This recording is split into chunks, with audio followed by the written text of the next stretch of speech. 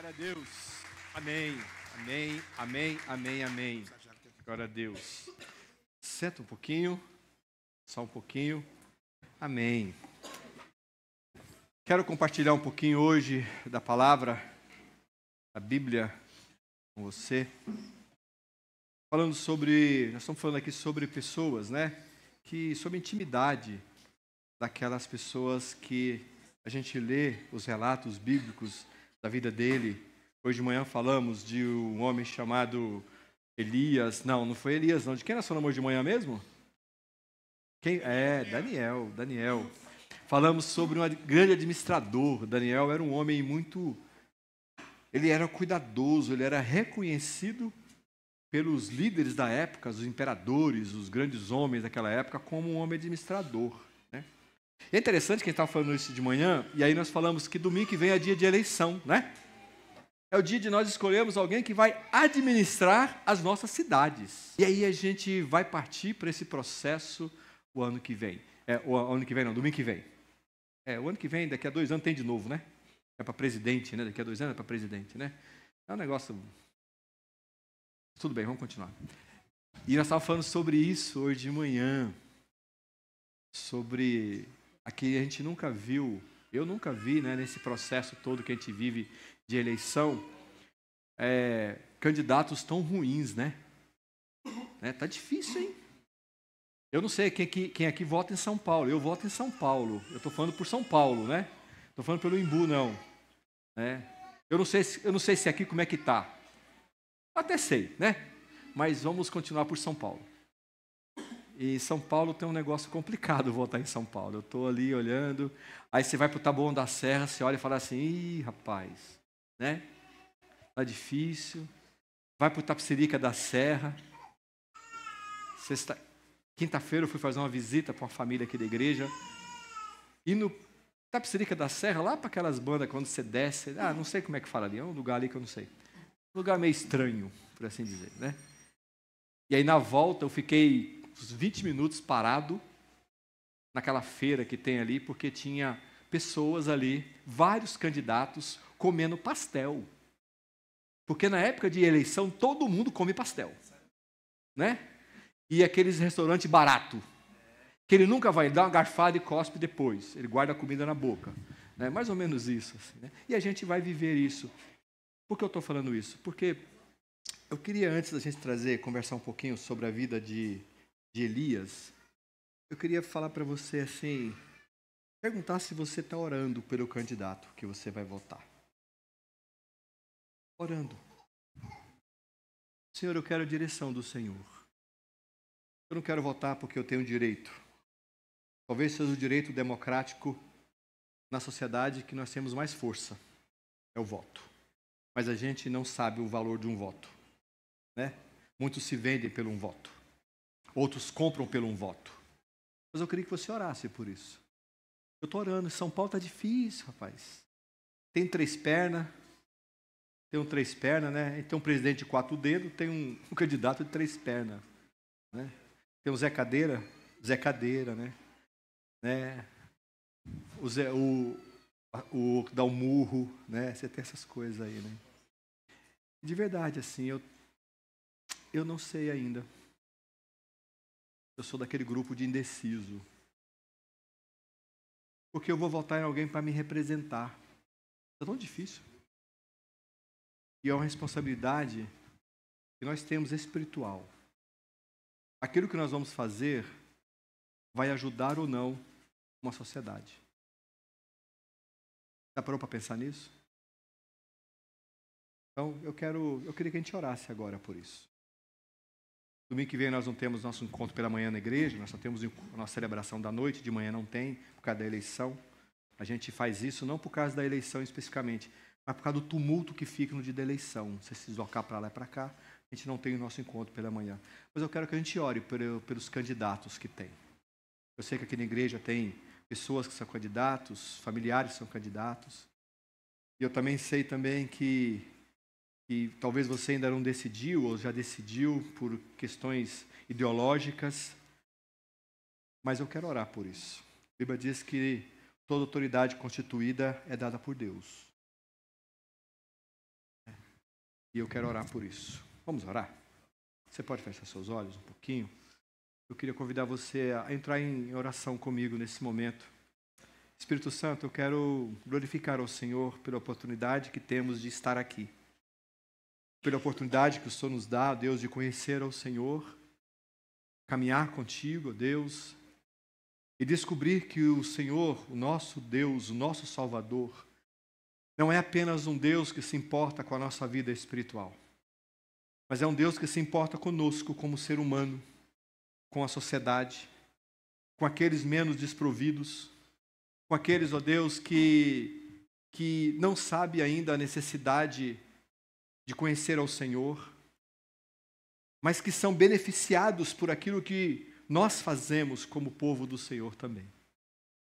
Eu quero te pedir, ó Deus, que a partir de nós, povo do Senhor, povo que reconhece o Senhor como Salvador e Deus em nossas vidas, que possamos nesta eleição, Senhor, domingo que vem, que possamos não votar por conveniência, Senhor, mas possamos, ó Deus, colocar diante de Ti e termos direção do Senhor daquilo que vamos fazer.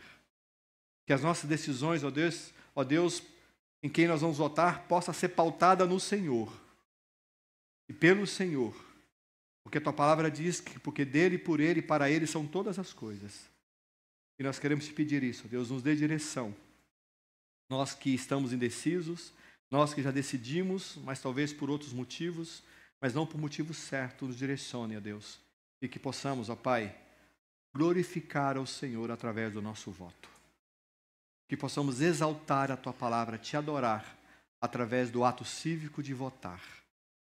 Que possamos não ser aqueles que vamos votar em branco e com a desculpa de que quando der errado ou der certo, não, eu não votei nessa pessoa, mas que nós possamos ter uma posição, porque o Senhor nos ensina a ter uma posição. É sim ou não. Que possamos ter essa decisão, Senhor, em nome de Jesus. Obrigado por essa oportunidade. Amém, Senhor. Amém. Elias era um homem que viveu numa época, no livro de Reis, 1 Reis e 2 Reis, finalzinho de 1 Reis, comecinho de 1 Reis, vai mostrar a morte de Elias. Mas Elias, ele viveu no período do livro dos reis, na Bíblia, principalmente 1 Reis. Elias viveu na época de um rei chamado Acabe. Eram épocas que a comunidade, o povo de Israel se afastava muito de Deus, e ele levantava os reis desde Saul. O primeiro rei de Israel foi Saul, depois de Saul foi Davi, e aí sucessivamente foi aquela genealogia grande até, e aí está na época de Acabe. Acabe, ele era um rei que ele acaba casando com uma moça muito bonita. Bonita demais. Só que Acabe era do reino de Israel. E tinha uma ordem que Deus tinha dado, que o povo de Israel não poderia casar com outros povos. Não poderia casar e nem se dar em casamento para outros povos. Ele tinha que casar com o próprio povo. Era uma questão de umas orientações que Deus diz, que você vai encontrar isso em Deuteronômio, quando o povo de Israel está entrando na Terra Prometida, o último discurso de Moisés orienta o povo nesse processo todo, que a palavra de Deus indica ali para eles fazerem. Só que Acabe, ele desobedece a Deus, porque naquela geração, era uma geração desobediente a Deus. E aí ele casa com uma mulher muito bonita, de um outro reino, uma moça não só bonita, mas bonita em todos os aspectos. Ela era atraente, ela sabia falar, sabia conquistar, ela era persuasiva. A palavra correta é persuasiva. Né?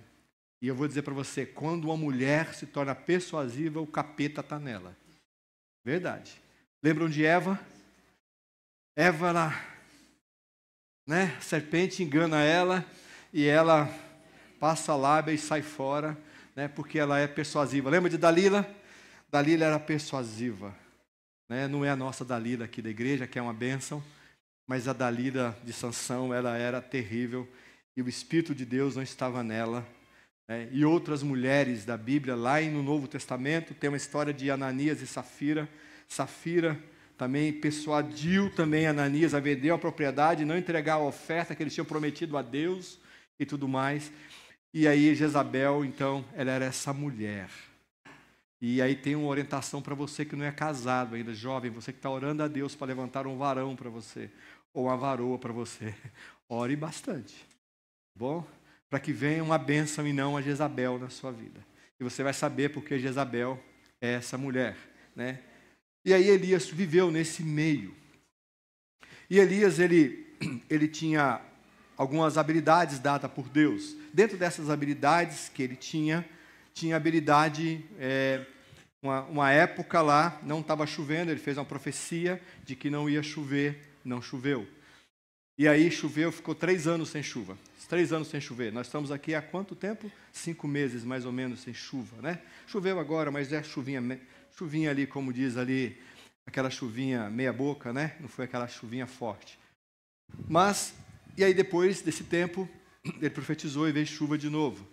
Então e o rei Acabe começou a conhecer, porque Elias era mais ou menos como João Batista, tá? A especificação de João Batista no Novo Testamento é igualzinho a Elias. Elias, ele vivia meio afastado dos grandes centros, a roupa dele era parecida com a roupa de João Batista, uma roupa de pelo, igual João Batista, com um cinto aqui, igualzinho João Batista. A única referência que tem, que não se refere a Elias comendo mel silvestre, e nem gafanhoto, né, como João Batista comia. Mas ele vivia ali e ele profetizava contra o pecado do povo.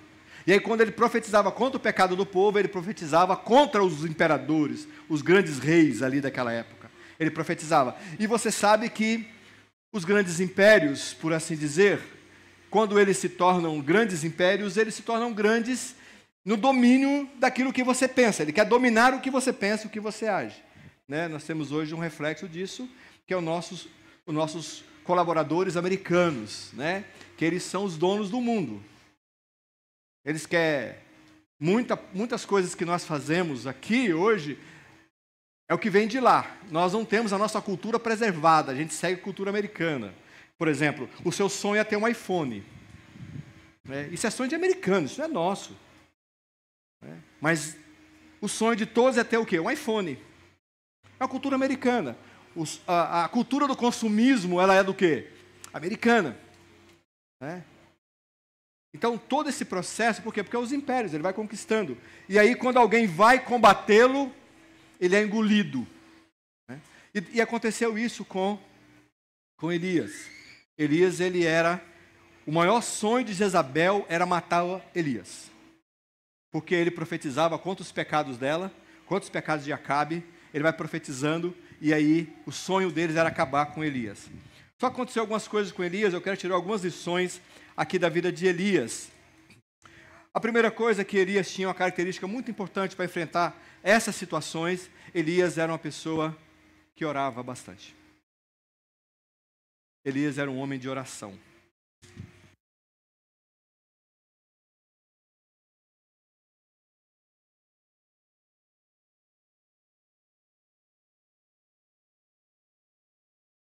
Vamos nós de novo, igual de manhã. Espera um pouquinho só. Faz o seguinte, já deixa ele guardado para não me dar mais. Para eu não esquecer para eu não usá-lo. Tá bom? Irmãos do financeiro, providencie um novo, por favor. Tá bom? E aí, o que acontece? Elias, ele era um homem de oração. Ele tinha poder.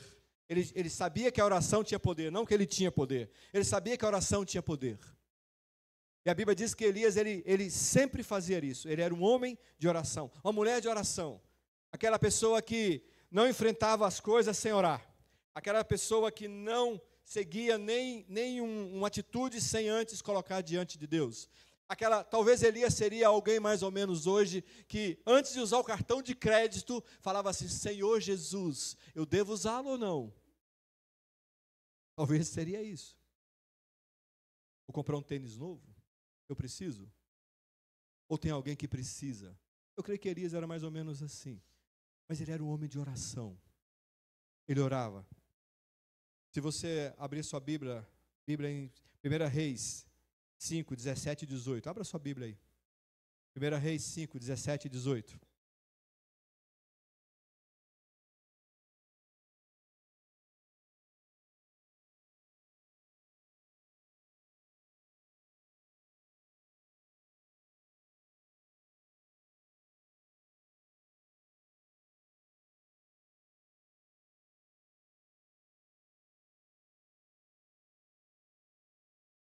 agora não dá não, senão eu vou ter que ficar indo e voltando, vai complicar tudo a minha vida aqui. 5, 17 e 18. Olha o que diz o texto. 1 Reis 5, 17 e 18 fala assim. E 3.300 capatazes que supervisionavam retiraram-se da pedreira grandes blocos de pedra de ótimo. Não, é segundo. Não, peraí. Estou lendo errado, é 2 Reis. É isso mesmo ou estou achando o texto errado? Peraí.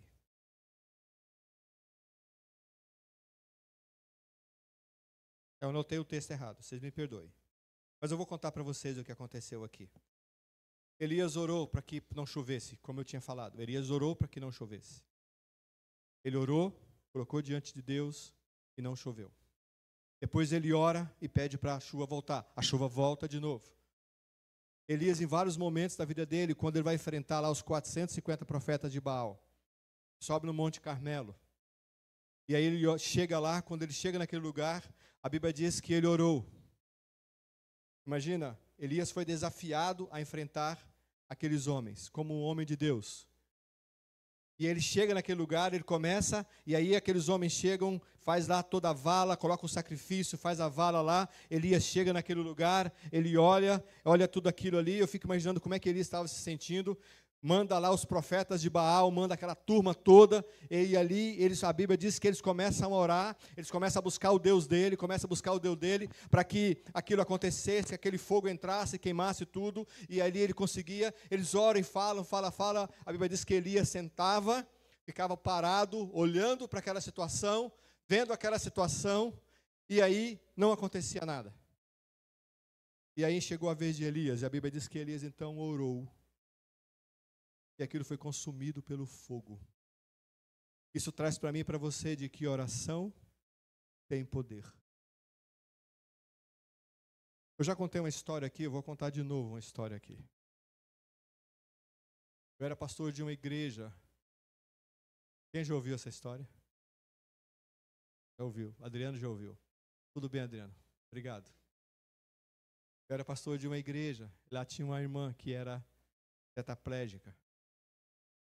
Ela casou, a lua de mel dela, ela foi viajar com o marido, eles tiveram um acidente na lua de mel e ela ficou tetraplégica.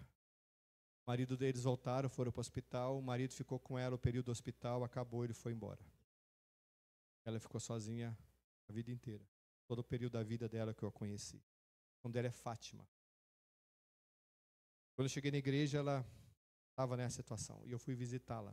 E o sonho dela era ir na igreja, mas ela não conseguia ir na igreja. Aí um dia nós fizemos um trabalho na igreja, lá um evento na igreja, um aniversário da igreja, nós colocamos o local no chão, tinha um menino na igreja que era forte, bem fortão, ele foi lá e pegou essa irmã, trocaram ela lá, pegaram, colocaram ela no colo, trouxeram ela para a igreja, colocou ela deitada,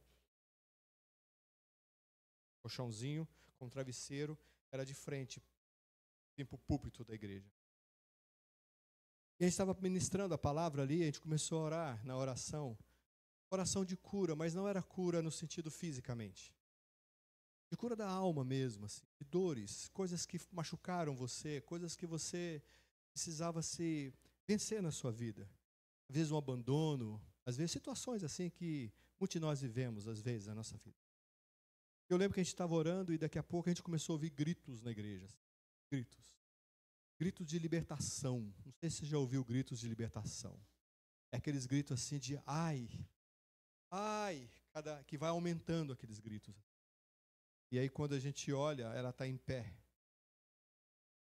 Ela está em pé e ela começou a andar no corredor da igreja. Porque milagre não acontece quando você quer. Milagre acontece quando você fala com Deus e Ele é movido a fazer isso. Ele faz. Aquela irmã contou o testemunho dela e ela viaja até hoje para vários lugares para contar o testemunho do que Deus fez na vida dela, ela anda para todo lado. Por quê? Porque a oração tem poder. A oração pode mover situações. Não é o quanto você ora, é o quanto você tem fé. Oração pode mudar uma história. A oração mudou a história desse povo de Israel. A oração moveu o coração de Deus de uma maneira que o poder desceu e queimou aquele lugar todo ali. A oração muda a história. Talvez você que está aqui hoje está vivendo certas situações na sua vida. Talvez você, em algum momento, até perdeu um pouco da sua alegria. Porque uma das coisas que o diabo tem prazer em fazer é tirar de nós a alegria. O diabo, ele é ladrão de alegria. Ele tira a nossa alegria. E o diabo tem as formas dele de tirar a nossa alegria. Primeiro, de achar que aquilo que nós queremos diante de Deus, Deus não nos dá porque Ele não nos ama. Tira de nós a alegria. Outra coisa que Satanás faz, coloca na nossa cabeça, se eu fizer algo, Deus vai fazer o retorno para mim. E não vai. Nem sempre. De vez em quando. Pode ser que jamais Ele venha a fazer. Outra coisa que o diabo coloca na nossa cabeça, de que se eu der, se eu fizer, Deus vai me abençoar, Deus vai fazer isso, porque eu mereço, porque eu sou filho, porque eu tenho um Cristo, porque eu sou fiel, porque eu entrego oferta, porque eu sou dizimista, por causa disso, por causa daquilo, e Deus vai fazer alguma coisa, porque Deus tem a obrigação de me abençoar, porque eu sou fiel a Ele. E não é assim. Deus não tem obrigação nenhuma. Essa semana eu ouvi uma frase muito interessante. Deus só tem Deus só tinha algo a fazer por mim e por você, e Ele já fez. Quer mandar Jesus. Nada mais. Deus não tem obrigação nenhuma a mais comigo e com você. Irmão, vou dizer uma coisa para você. Se você está seguindo a Jesus pensando que Deus vai te abençoar, esquece isso, porque todas as bênçãos já foram derramadas sobre nós. Não, se você segue a Jesus para ter bênção, se você ora a Jesus para você ser abençoado, se você ora para ter respostas na sua vida, está tudo errado, porque você tem que orar para se relacionar com Deus.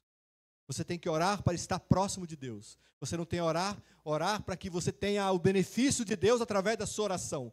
O sacrifício, de você sacrificar, de você pegar e falar assim, olha, eu vou fazer isso aqui porque isso aqui é difícil para mim. Eu vou fazer, mas Deus vai me retribuir. Esquece, não é essa. Deus não é o jogo do tigrinho. Não é. Deus não é bet. Que você faz, aposta, ou perde ou ganha. Mas no caso, Deus bet só ganha, né? Deus não é assim. Oração é para se relacionar com Deus. Oração não é para benefício de ter algo. Amém, irmãos? Talvez você aprendeu na sua caminhada que a oração é algo que você vai falar com Deus e vai esperar o retorno dele. Oração é para eu me relacionar. Elias, quando ora ao Senhor, ele ora com a certeza de que ele estava se relacionando com Deus. E Deus sabe do nosso coração e derramou bênção sobre a vida daquele povo.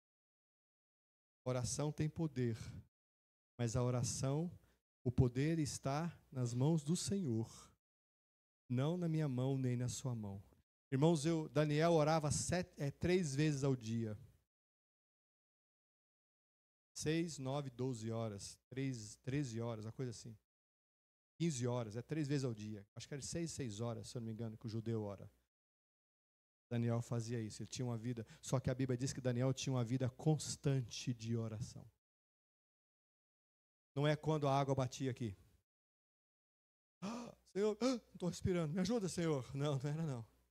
Muitos de nós procuramos a Deus assim. E aí quando a gente procura o Deus da rapidez. Já viu o Deus da rapidez? Senhor, faça agora. E tem muitas pessoas por aí dizendo assim, eu profetizo. Eu declaro. Declara o quê, filho? Fala para mim. O que você declara? Quem é o poder? De onde emana o poder? De Deus. Eu faço, eu profetizo, eu oro, eu aconteço, eu faço aqui, você faz isso, e Deus vai te dar de volta, não vai dar nada, filho. Deus já deu. Elias tinha uma vida de oração. Ele sabia que tinha poder na oração. Mas em Deus, não nele. Não é nele. Amém, irmãos?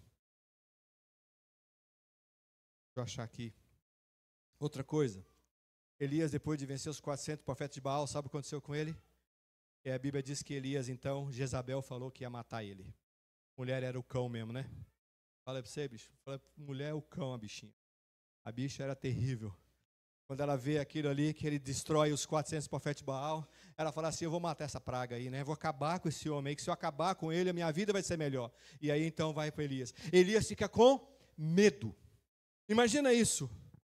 Você acabou de vencer 450 profetas de Baal, aí você tem medo de uma Jezabel. Cara, a mulher era o cão mesmo, bicho. Era. Sério. E às vezes a nossa vida é assim. Às vezes a gente tem medo de coisas e a gente esquece de quem está conosco. Às vezes a gente caminha a nossa vida diante de Deus e a gente passa por certas situações da nossa vida e é quem tem medo. E a gente esquece, você que está aqui, eita nós. Obrigado, Romano. Deixa a água aqui, ó. E às vezes a gente caminha e a gente tem medo, esquece de quem está com Deus. Quer ver um exemplo? Quantos de nós aqui já viveu situações que você não imaginava que você ia conseguir passar por ela? Quantos aqui já viveram isso? Você achava assim, que a situação era impossível passar por ela? Passou? Passou. E quantos aqui talvez está vivendo situações que você acha que não vai conseguir passar por ela? Sabe o que vai acontecer? Daqui a 1 mês, 2 meses, 3 meses, vai passar. É assim. Quem está conosco? Deus. Elias foge dela. E a Bíblia diz que Elias entra num processo depressivo. Sabe o que é depressão? Quem aqui já viveu depressão, ou vive depressão, sabe o que é isso. A depressão tira de você a alegria das conquistas. Você não consegue ver a alegria na conquista. Elias estava assim. Tinha acabado de ter um momento de conquista. O medo, depressão, tira dele a alegria da conquista. Ele não consegue ver isso. Mas sabe uma coisa que a Bíblia prova, irmãos? Em nome de Jesus, tá? Aqui é de Deus. Depressão tem cura. Amém? Depressão tem cura e essa cura é divina. Essa cura é divina. Talvez você que está aqui, ou a pessoa que está aqui, talvez tenha vivido algum processo, ou está vivendo algum processo desse. Depressão tem cura e ela é divina. É Deus que cura. E sabe o que acontece? Muitos de nós fomos transferindo aquilo que Deus pode fazer por nós para pessoas. Para remédios, para psicólogos, psicanalistas. Nós estamos transferindo a cura para essas pessoas. Não estou dizendo que psicólogo não é importante, é. Para você se descobrir é bom. Para você passar por algum processo, mas a cura é em Deus. Porque isso prova, Elias prova que Deus pode curar. Que Deus tem poder para curar. Porque só, por mais que você fale da tua vida para o psicólogo, para o profissional, ele nunca vai saber quem é você de verdade. Só quem sabe quem é eu e você de verdade é quem nos criou e nos deu vida. Só Ele pode. O profissional, ele é uma ferramenta que vai te levar à cura em Deus. Talvez você está falando assim, Ronaldo, você não sabe o que você está falando. Não tem problema. Mas a Bíblia prova para mim que Elias foi curado de uma depressão. A Bíblia diz que ele entrou numa caverna e ele chega para Deus. Se você abrir a sua Bíblia, você vai ver que Elias chega e fala assim, Senhor, lá Elias, em 1 Reis 19:4, você vai ver isso, Elias fala assim, Senhor, Elias chega a um ponto e fala assim, Senhor, eu já servi ao Senhor, eu já fiz tudo isso, Me mata, eu quero morrer. Eu quero morrer. Não me deixa sair daqui. Eu quero morrer. Elias pede a morte. Deus olha para Elias e fala assim: Elias, por que isso, rapaz? Por quê? Porque a mulher quer me matar? Aquela praga lá quer me matar? Ela quer me matar? E tem mais ainda. Eu estou sozinho. Todo o povo abandonou o Senhor, só eu estou aqui. Outra coisa que a depressão faz, tira de você a realidade. E aí, a Bíblia diz então que Deus chega e fala assim: Elias, sai daí. Sai de onde você está e fica na porta da caverna. Fica na porta, porque eu vou passar. E outra coisa, 7.000 pessoas não se dobraram a Baal. Você não está sozinho. E a Bíblia diz que Elias chegou à porta. Veio uma tempestade, Deus não estava nele. Veio um terremoto, Deus não estava nele. Aí veio uma brisa tranquila. O Espírito Santo de Deus estava nele. E Elias é curado. Sabe como é que a gente percebe que Elias é curado? Porque Deus fala para ele assim: sai daí e vai encontrar com a sunamita, com a mulher. Vai se alimentar lá. A Bíblia diz que ele sai, anda 150 quilômetros para chegar no lugar. Eu quero dizer para você, querido, eu acredito em cura. Eu acredito que Deus cura. Eu não acredito que Deus cura só quem é coxo. Eu acredito que Deus cura pessoas da alma, alma ferida. Eu acredito nisso.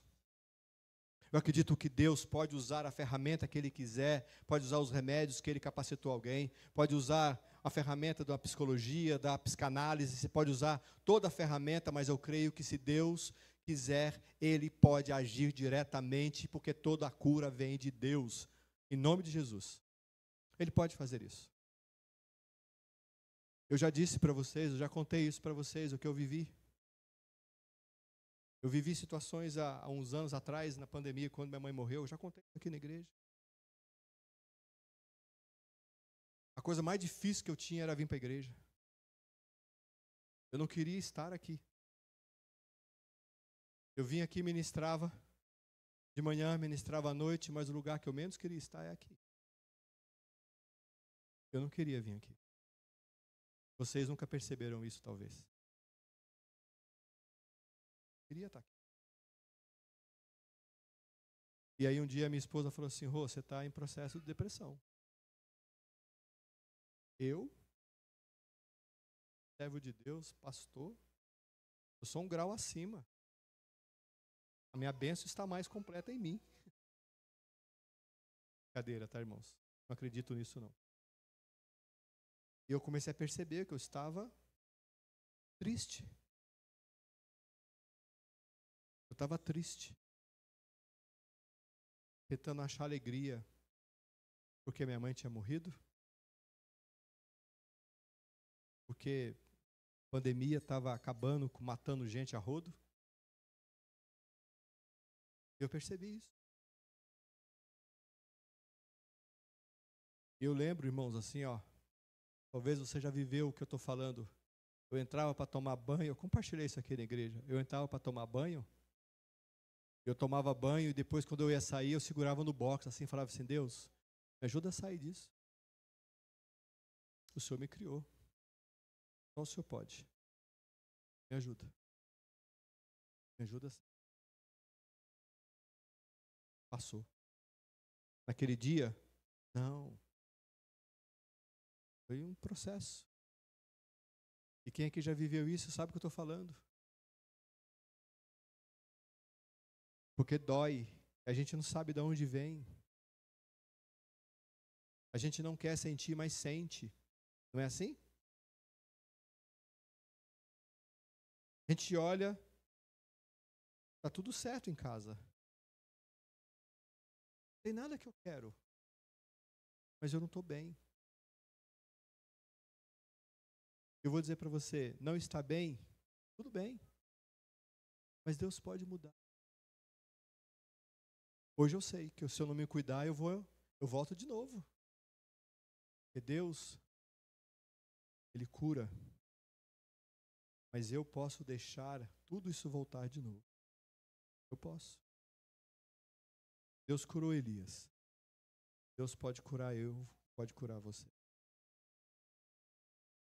Tem pessoas que a gente ora na célula por elas, pessoas que não conseguem levantar de casa. Talvez você conheça gente assim. Não consegue sair de casa, não consegue viver, não tem alegria. Deus pode mudar. E sabe uma pergunta que a psicóloga fez para mim? Por que você está triste? Eu não sabia responder. E talvez se você parar hoje para falar, por que você está triste? Talvez você não saiba. Porque o salmista diz assim, por que está batido a minha alma? Por que se perturbas dentro de mim? O salmista fala isso. Davi. E viveu essa experiência também. Mas Deus pode curar, amém? Curou Davi? Curou talvez alguém que está aqui? Pode curar. Talvez você também que está aqui. E para encerrar,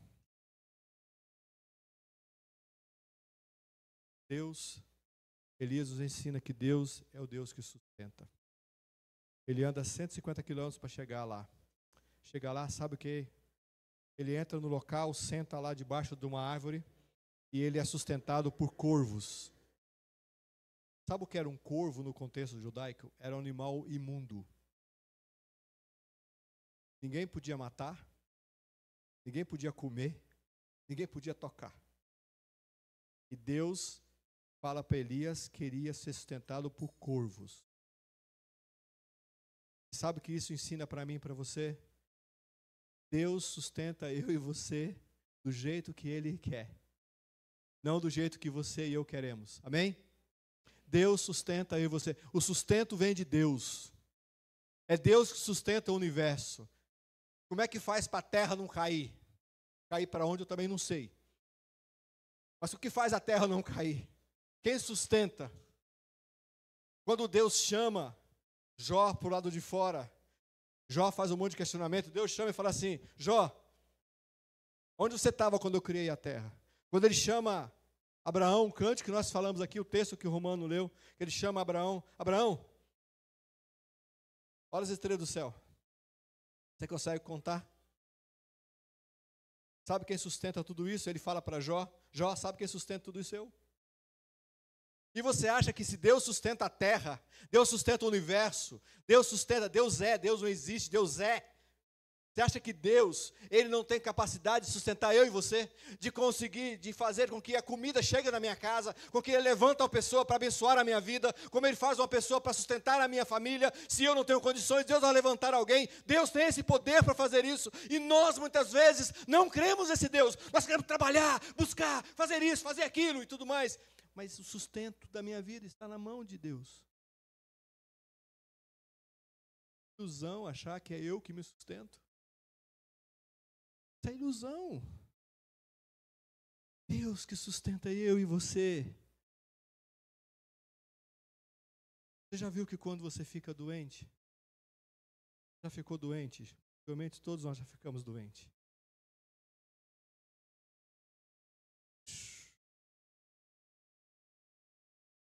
Deus é sustentador. Irmãos, tem pessoas, talvez aqui, espero que não, tem pessoas aqui que estão acabando com as suas vidas de trabalhar para tentar seu sustento e não, porque não confia em Deus. Deus é o sustentador. Eu vou dizer para você, Deus sustenta você não é porque você é dizimista, porque você é ofertante. Deus sustenta você porque Ele é fiel, porque Ele é bom, porque Ele te ama, porque a base do amor é Deus. Porque senão 1 Coríntios capítulo 13 tinha que rasgar da Bíblia. Porque a base de todo o amor é Deus. Porque toda a base de sustentação vem de Deus. E nós vivemos numa sociedade consumista, de que eu preciso ter para ser. E o diabo usa isso para destruir as nossas vidas. Tirar de nós o sustento. Deus é o nosso sustentador. Ele que nos sustenta. Elias aprende isso com Deus. Elias vai comendo corvo. Quando chega o corvo, acaba, vem uma sunamita, uma mulher, naquela época lá que não era muito querida por ninguém. Vem uma mulher lá para sustentá-lo. Pega um pão, pega uma farinha, pega um negócio lá, faz lá, pão, come e pronto. Porque Deus é quem nos sustenta. Ô Giovana é boa, hein?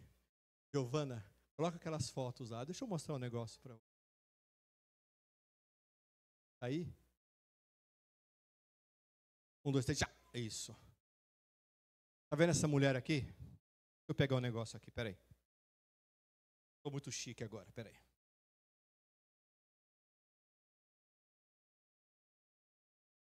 Tá vendo essa mulher aqui? Essa mulher aqui se chama Jaqueline. Ela é missionária. Sabe onde ela está? Está em Uganda. A divisa com Quênia. A cidade chamava Bukitiri. Ela está lá. Sabe quem são essas crianças aqui? Coloca outra foto, Gi. Não for? Tem outra foto. Sabe o que eles estão fazendo? Lava a louça aqui, enxágua aqui. Para eles buscarem esta água aqui, eles têm que andar mais ou menos 18 quilômetros para buscar água. E sabe qual é a minha pergunta? O que move o coração de uma mulher desta a ir para um lugar, abandonar tudo no Brasil e ir para um lugar desse? O que move o coração da mulher dessa a não ser amor por vidas? O que move o coração de uma pessoa dessa? Tem uma outra foto aqui atrás, ó, tá vendo? Isso aqui é só mandioca. Pode ver? Ó, os pratos são sujos, coisa de mandioca. Foi para lá. Uma ONG mandou ela junto com a Igreja Batista de Americana. Pastor, meu amigo, meu pastor, o Felipe. Foi para lá. Está lá. Sabe o que eles precisam? De 2 caixas d'água. Sabe o que é? Sabe quanto custa uma caixa d'água? R$600 cada caixa d'água que eles precisam lá. Aqui tem um pedaço, tá vendo? Caixa d'água velha, tá furada quase. Eles precisam de 2 caixas d'água para eles andarem menos e mais tempo buscar água. 2 caixas d'água. Cada caixa d'água R$600. Esse pastor mandou para mim e falou assim: Ronaldo, leva para a sua igreja. Leva para a sua igreja, porque essa pessoa largou tudo para estar nesse lugar. Hoje de manhã eu trouxe para a igreja. Nós compramos 2 caixas d'água. Levantamos uma oferta aqui, compramos. O irmão levantou e falou: pastor, uma caixa d'água é minha. E outra nós dividimos entre nós. Isso move. Ela foi para lá porque ela sabe que Deus sustenta. Ela foi para lá porque ela sabe que Deus vai sustentar ela usando essa igreja que talvez ela nunca vai conhecer nessa terra, mas na glória vai conhecer esse povo aqui. É nisso que nós somos movidos. É para isso que nós, igreja, existimos. É para isso que Deus colocou eu e você aqui, para ser instrumento de graça, nos deu emprego, salário, para a gente sustentar pessoas que estão abandonando as suas vidas para salvar vidas. Porque eles creem que Deus sustenta. E eu tenho certeza que eu e você, esta igreja, essa comunidade, é a resposta de oração que ela fez para Deus levantar pessoas para abençoar a vida dela. Tenho certeza disso. E ela nem sabe que somos nós nem sabemos que ela orou. É isso. O que eu faço com R$600? Compro um tênis da Vans. Não é assim? No dia eu vi uma pessoa que estava com tênis de R$1.800. Falei, rapaz, eu compro um carro com esse dinheiro ultimamente, carro velho, né? Eu compro quase um carro com 1.000. Hã? Uma moto, é uma moto. O cara está andando com a moto no pé. Eu era uma pessoa muito arrogante. Quando eu tinha meus 16 anos, eu era muito arrogante. Eu queria ter o tênis para ser aceito no meio dos meus amigos. Porque na época, os meus amigos só usavam tênis caro e eu era pobre. Não tinha dinheiro para comprar o tênis, mas eu tinha um trabalho. E eu ganhava um trabalho, eu era office boy. Eu ganhava na época em torno, hoje, seria uns R$500 talvez. O tênis que eu queria custava R$1.500. Mas para eu ser aceito no meio dos meus amigos, o que eu fiz? Guardei 3 salários meus. Comprei um tênis. Um Lecoq Sportif branco. De couro. Que hoje custa R$239. Verdade. Aí uma promoção do Netshoes me mandaram. Comprei o tênis. Coloquei o tênis, fui para a escola, lá no Colégio Palimerso, lá na quebrada do Parque P. Quem conhece sabe onde é. Cheguei lá. Cheguei chegando.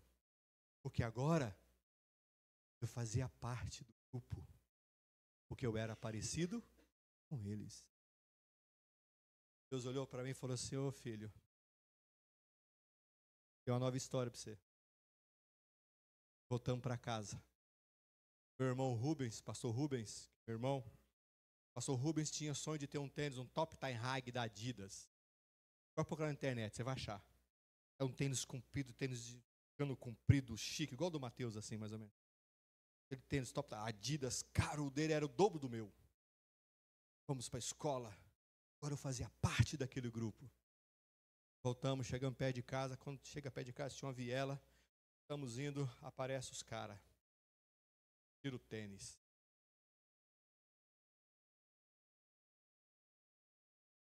Tira o tênis. R$1.500 indo embora. Tchau. Levaram meu tênis. Meu irmão Rubens não. Rubens saiu correndo. E ele saiu correndo e os caras atirou nele e não pegava. Atirou, deu 3 tiros. Ele não pegou.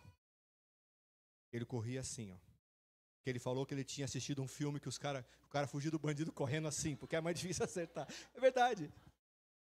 Estou falando de um moleque de 15 anos, moleque. Cheguei em casa, chateado, triste, abandonado, sem dinheiro, sem tênis. Eu ia voltar a usar meu Bamba Testão. Quem aqui já teve um Bamba Testão sabe o que eu estou falando? O Bamba Testão. Quem aqui já teve um Bamba Testão? Eu já tive um Bamba Testão. Né? Tudo aquilo que eu não queria ter, eu tinha. Eu lembro que eu cheguei em casa e meu pai, falei, pai, acabaram de roubar a gente, levaram o nosso tênis. Aí ele falou assim, Deus sabe. E Deus sabe como tratar a gente. Eu nunca mais dei mais de R$200 num tênis, até hoje. Não dou. Fiquei traumatizado. Comecei a comprar uns sapatinhos da London Fog. Viu aquele sapatinho de camurça da London Fog, lembra? Só tinha lá no call center, ali da London Fog. Custava 50 conto. Sabe o que eu quero dizer para você? Às vezes a gente vai passar a vida inteira tentando ter coisas que nós nunca vamos ter e nunca vamos ser bênção na vida de pessoas. Valorizamos muitas coisas e valorizamos pouco as pessoas. Quando eu vi essa foto, sabe o que veio no meu coração? Eu falei isso hoje de manhã. Eu não consigo aceitar uma pessoa que é evangélica, pastor de igreja que anda de Gucci. Outro dia saiu um Reels no Instagram. Eu não gosto de ver, nem tenho nem redes sociais. Quando eu vejo alguma coisa no Instagram da igreja, uma pessoa com um tênis, com a bolsa, mulher de um cantor famoso aqui estava com a bolsa de R$25.000. Ela estava com 2 carros da minha mulher dentro da bolsa. Carregando 2 carros da minha mulher. Sem fazer força. Quando eu vejo pastores pregando sobre amor e andando de jatinho. E aí você vê pessoas assim.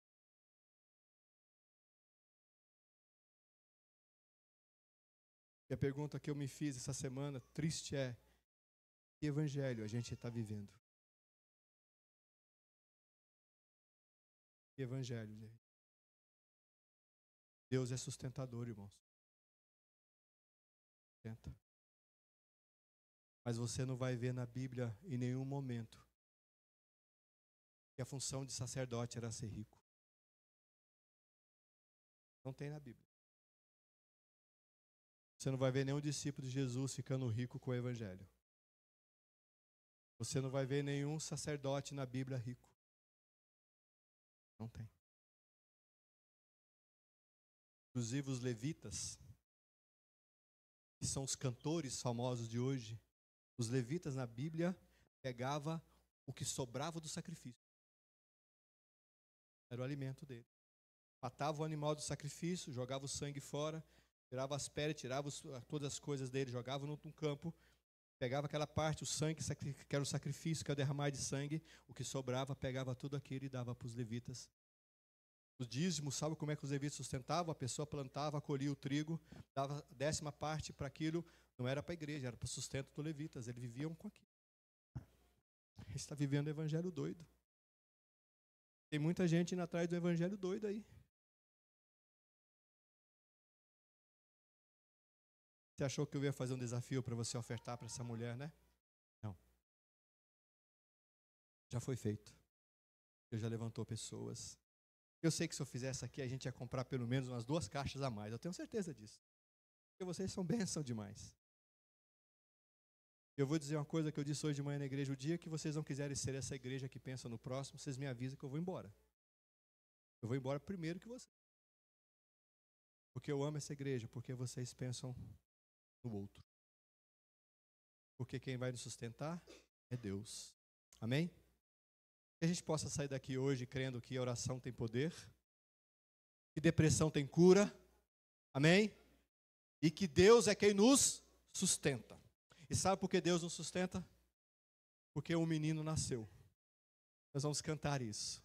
Nós vamos dizer, um menino nasceu, como um filho se nos deu. Ele é o próprio Deus que vive aonde? Em mim. E é esse viver em mim que me move ao outro. Esse viver em Cristo em mim que me move a abençoar a outra pessoa, abençoar o próximo. Então vamos declarar esse cântico em nome de Jesus. Vamos ficar em pé? Vamos declarar com bastante alegria, nos inspirando na vida de homens de Deus. Irmãos, eu vou dizer uma coisa para você. Eu não considero nenhum personagem bíblico